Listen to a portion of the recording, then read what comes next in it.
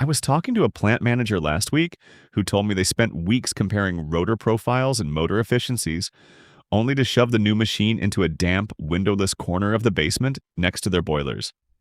And I had to tell him, look, the absolute fastest way to kill a brand new compressor isn't running it hard, it's putting it in the wrong place. The worse the location mistake, the sooner the machine fails. Simple as that. Wait, seriously? You mean the physical spot in the facility is that critical? I always assumed as long as it has power and a pipe leading out, it's fine. It's just a big box of metal, right? Oh, absolutely not. It's a breathing machine, Lisa. If you box it in, you're essentially suffocating it. There's this legendary horror story in the industry. A company literally built the walls of their facility around their main compressor. No way in, no way out. So when it finally died and needed replacement, they couldn't just slide it out on a pallet jack. They literally had to bring in a crew to demolish the old machine piece by piece inside the room. No way. Demolish it inside like sledgehammers and torches just to get it out of the room? Exactly, and it gets worse.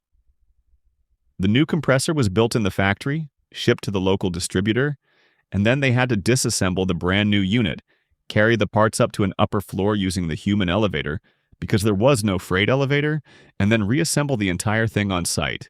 Can you imagine the labor costs on that? Using the human elevator? Oh, that is wild.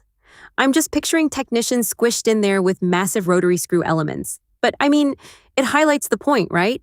If you trap a compressor where access, heat, and dust stack up, you're not just making the initial installation a nightmare. You are baking in years of extra maintenance costs and massive downtime because nobody can easily service it. Right. If a tech has to crawl over 3 hot water lines and squeeze through a 2-foot gap just to change an oil filter, guess what? That filter isn't getting changed on time. I once saw a shop where they crammed 4 units into one tight room. The oldest machine, the one right in the back corner, needed a major service. They actually had to temporarily disconnect and roll out the other 3 units just to reach the one in the back. It turned a half-day job into a multi-day logistical nightmare. That is a complete waste of shop floor hours. So basically, if you lock yourself out of access, you're paying for it every single time the service tech visits. It really is. And if we're talking about what a good location actually needs, it really comes down to 3 basic things. You need clean air coming in, plenty of ventilation, and a proper way to handle condensate. Actually, on the condensate side, the EPA has really stepped up enforcement lately under 40 CFR Part 403.5. You can't just dump that oily mixture down any floor drain anymore without treating it. Oh wow, 40 CFR, Part 403.5. So that is a massive compliance risk if you don't plan the drainage setup from day one. But let's go back to the ventilation. Why is heat such a massive issue? Is it just because the room gets uncomfortable for the workers? No, it's the machine itself. Compressors generate an insane amount of heat. The math is pretty startling. A compressor produces about 2,546 BTU per hour for every single horsepower of the motor. Every single horsepower. Wait, did you say 2,546 BTU per hour per horsepower? So if my math is right, a standard 100 horsepower compressor is throwing off over 250,000 BTUs of heat every hour. That's basically a massive industrial furnace just running constantly in your utility room. Yeah, it really is. And if that heat can't escape, the ambient temperature in the room spikes. If it gets above, say, 104 to 115 degrees Fahrenheit, the oil in the machine starts breaking down rapidly. The lubricating film thins out, and you get metal on metal wear. That's why we recommend at least 5 feet of overhead clearance. If the ceiling is too low, that hot exhaust air just hits the roof, rolls back down, and gets sucked right back into the compressor's intake. It cooks itself. So it's literally a breathing loop. Cool, fresh air in, hot exhaust directed out, and absolutely no recirculating. It sounds simple, but I guess when you start adding multiple machines, it gets tricky. What happens if you have, say, 2 100 horsepower units side by side? Well, that's where people cheap out and get burned. They think, oh, they're smaller units, we can get away with less ventilation.